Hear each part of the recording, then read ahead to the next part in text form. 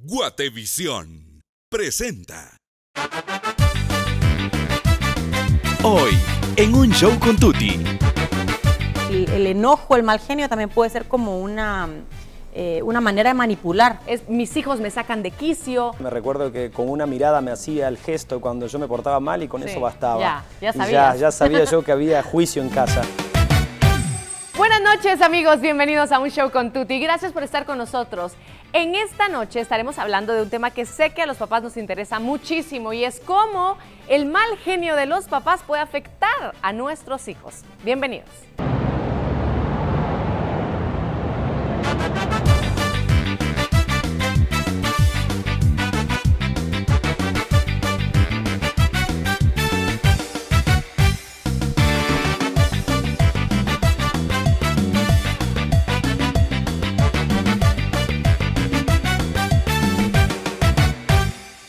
Gracias, amigos, por su sintonía. Hoy trataremos un tema muy interesante, el carácter de los papás, así les llamaríamos, o el mal genio de los papás, cómo afecta esto a los chicos, a nuestros hijos, y no solamente a los más pequeños, en cualquier etapa de la vida, aún ya de adultos, si nuestros papás tienen un mal carácter o nos hemos relacionado de esta manera, claro que va a afectar en la relación, en mi vida, en cómo yo desarrollé, en cómo veo el mundo, etcétera. Y por eso es que me da mucho gusto recibir a los expertos que hoy me acompañan para poder entender un poquito más este tema y ojalá estemos abiertos de mente y de corazón para poder aceptar que muchas veces cometemos errores y que los podemos estar cometiendo, pero que estamos a tiempo también para cambiar. Y me da mucho gusto recibir nuevamente a Carmen Toja. Bienvenida, Carmen, ¿cómo estás? Bien, gracias, contenta de estar acá otra vez. Gracias por acompañarnos. Marisabel Fernández, bienvenida. Gracias por la invitación, un gusto estar acá. Gracias. Y Pique del Valle, ¿cómo estás? Muchas gracias, bien, contento de estar otra vez con vos acá. Gracias. Bueno, los tres expertos en psicología, en sus áreas, en trabajo con jóvenes, en niños, en familias, en parejas, bueno, un poco de todo, los presenté así muy general,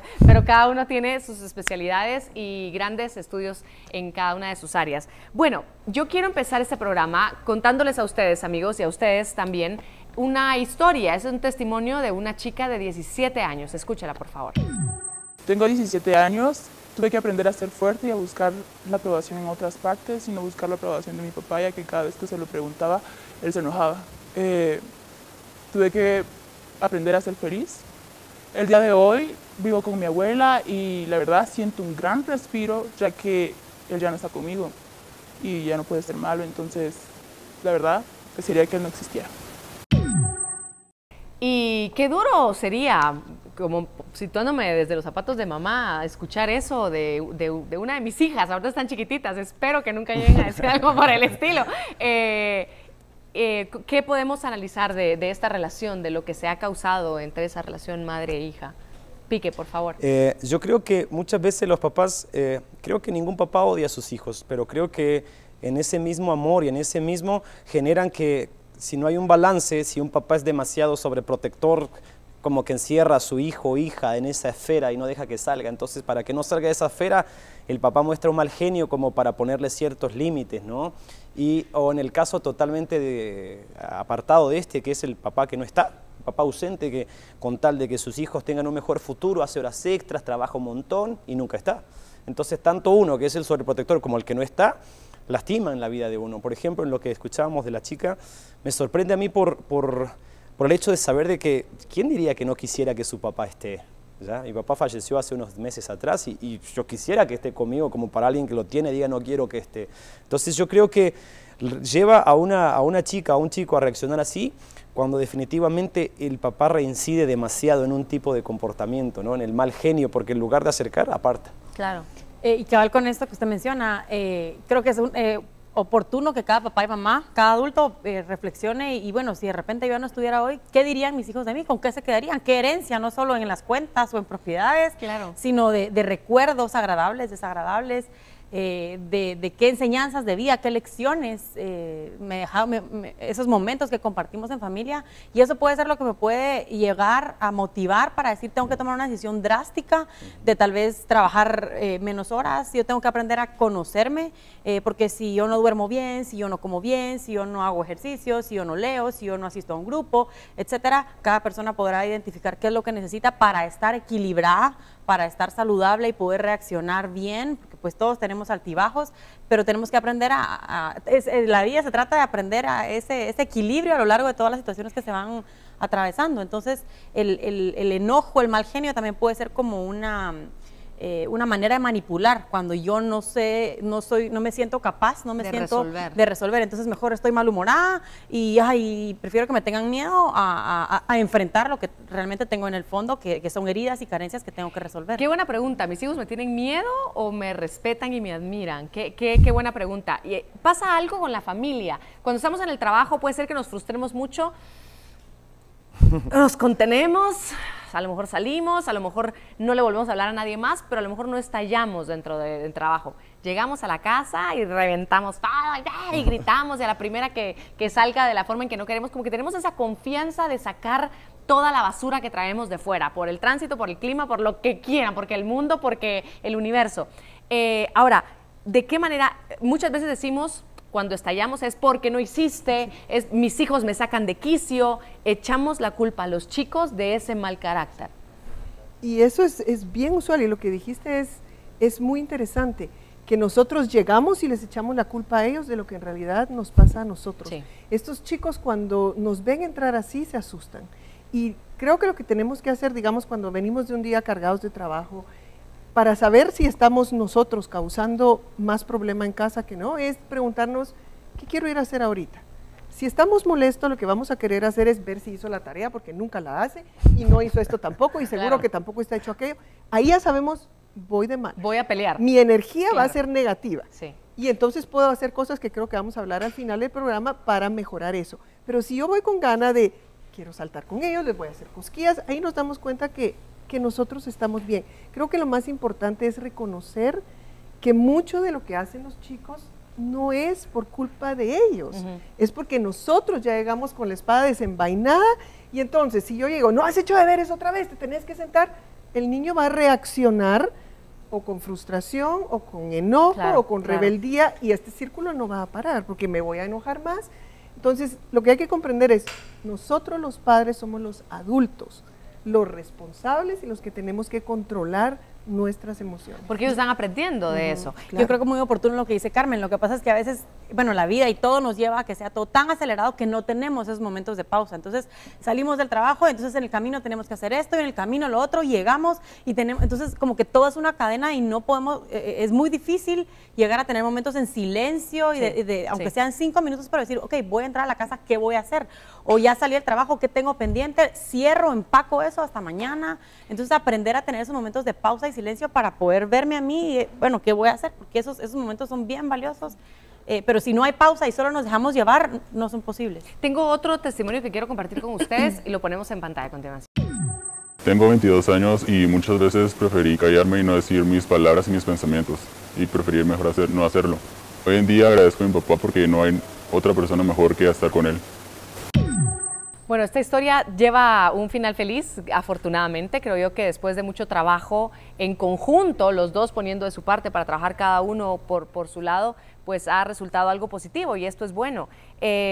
Sin embargo, claro que marca ese mal genio, ese mal carácter, ese mal manejo de las emociones. Creo que es lo correcto de parte de los padres, y muchas veces no tiene que ser de una forma explosiva. Muchas veces en silencio, sin decir una sola palabra, también marcamos de diferentes maneras, ¿cierto? Yo me recuerdo que mamá, cuando era yo más chico y estábamos en una casa de visita, me recuerdo que con una mirada me hacía el gesto cuando yo me portaba mal, y con eso bastaba. Ya sabías. Ya sabía yo que había juicio en casa.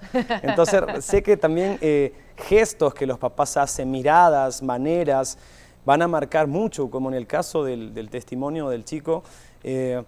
Cabe recordar y de dejar así el dato de que para que ellos ahora dice que le encanta estar con su papá, pasaron 3 años. Wow. ¿No? Entonces, me trae a memoria, yo tuve la oportunidad de estar con un amigo que también trabaja con jóvenes, que cuando uno llega a su casa, él tiene toda la casa alfombrada, entonces decía, por favor quítate las zapatillas, los zapatos. Yo no se los quitaba, y después había una canasta donde uno depositaba el celular para no entrar con teléfono, y luego había un perchero donde uno deja las chaquetas, chumpas, y yo decía, pero si yo no traigo, lee bien lo que dice, y él decía, quítate el enojo, problemas del trabajo al trabajo, problemas de la calle a la calle, problemas de esto, solo si es muy urgente lo entras.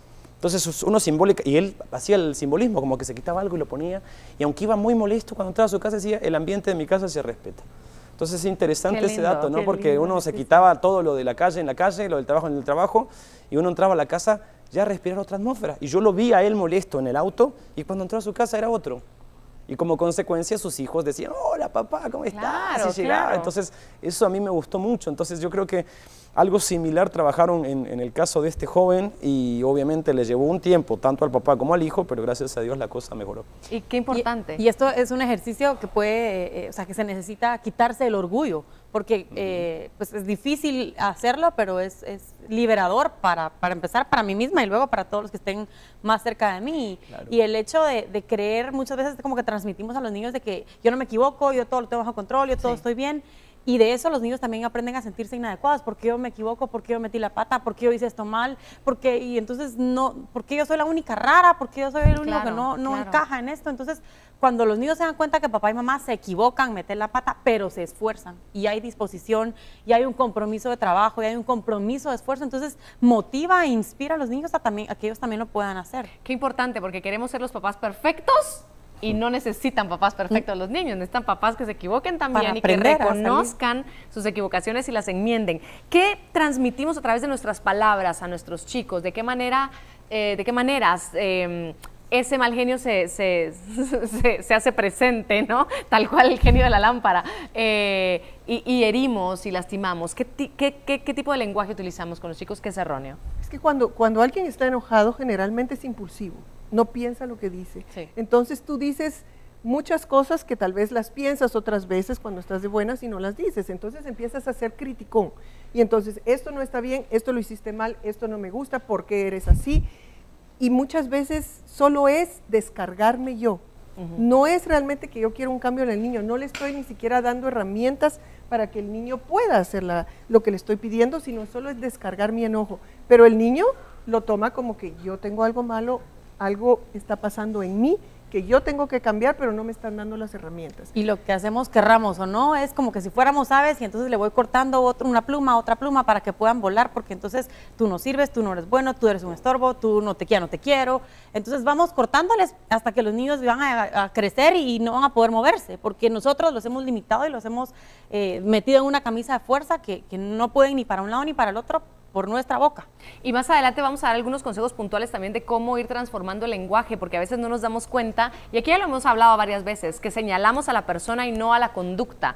En varios programas lo hemos dicho, ¿no? Eres un tonto, o mira, esto no te salió, es muy distinto. Eres un desordenado, o mira, dejaste tirada tu ropa, es diferente. Igualmente, como nos hablamos nosotros, hablarles a los chicos y otras cosas que seguramente nos van a servir más adelante. Me tengo que ir a la pausa comercial.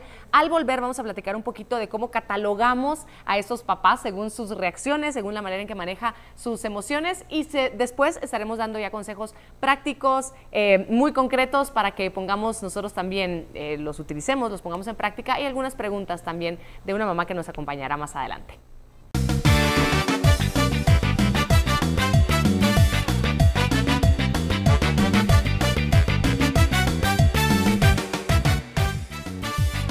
Al volver, Recordemos que los niños a esta edad probablemente no conocen otra realidad. Este es el único mundo que conocen. Yo he tenido, pero cantidades de esos en la clínica que llegan, pero es que mira, alega por todo.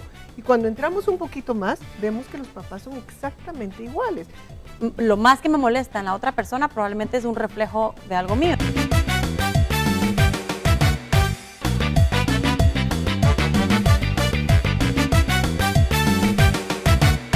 Gracias, amigos, por seguir en sintonía de Un Show con Tuti. Hoy estamos hablando de cómo el carácter, el mal genio de los papás afecta a los chicos.